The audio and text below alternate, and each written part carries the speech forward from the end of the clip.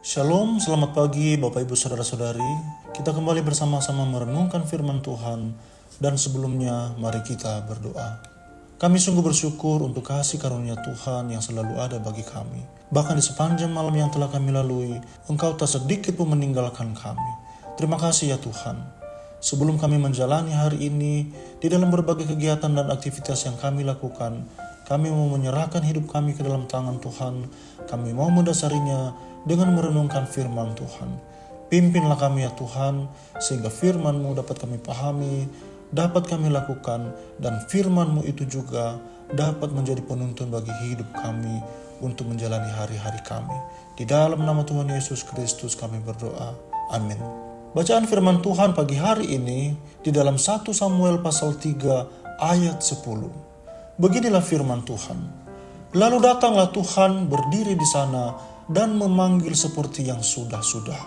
Samuel, Samuel. Dan Samuel menjawab, berbicaralah sebab hamba-Mu ini mendengar.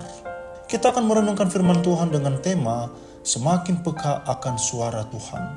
Bapak, Ibu, dan Saudara, nama Samuel adalah ekspresi dari bahasa Ibrani yang berarti Tuhan mendengar. Ini ekspresi sukacita Hana karena Tuhan mendengar pergumulan doanya. Dikatakan di dalam 1 Samuel pasal 1 ayat 20, ia menamai anak itu Samuel, sebab katanya, aku telah memintanya daripada Tuhan. Jelas bahwa Samuel merupakan jawaban doa Hana yang terus-menerus dinaikkan kepada Tuhan di tengah-tengah kesusahan hati yang mendalam. Ia dahulu tertutup kandungannya, mustahil punya keturunan. Namun, tidak ada perkara yang mustahil bagi Tuhan. Samuel memulai pelayanannya sejak masih kecil, sesuai janji ibunya untuk menyerahkan anaknya ke dalam tangan pengasuhan Imam Eli. Seperti tercatat di dalam 1 Samuel pasal 1 ayat 28, maka aku pun menyerahkannya kepada Tuhan, seumur hidup terserahlah ia kiranya kepada Tuhan.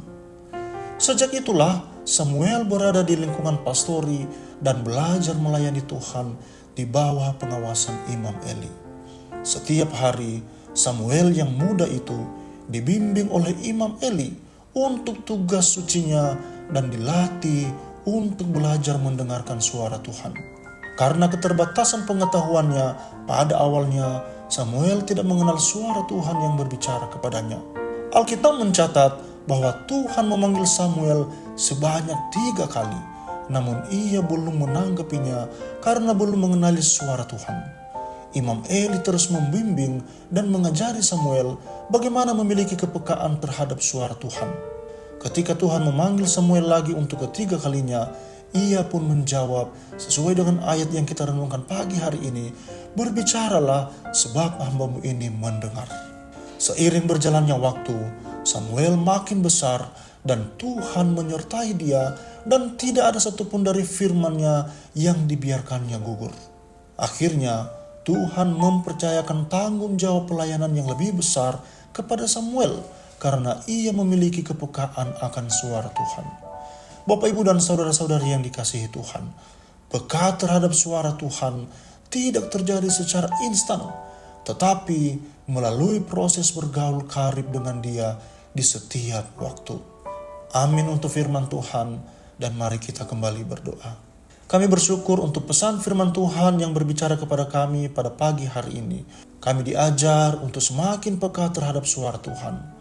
Kami terus memohon hikmat yang daripada Tuhan, kiranya senantiasa menyertai kami, agar kami dapat bijaksana di dalam menjalani hari-hari kami. Terlebih ketika kami diperhadapkan pada setiap keputusan-keputusan yang harus kami ambil. Inilah seruan doa kami ya Tuhan. Di dalam nama-Mu, Tuhan Yesus Kristus, kami berdoa. Amin.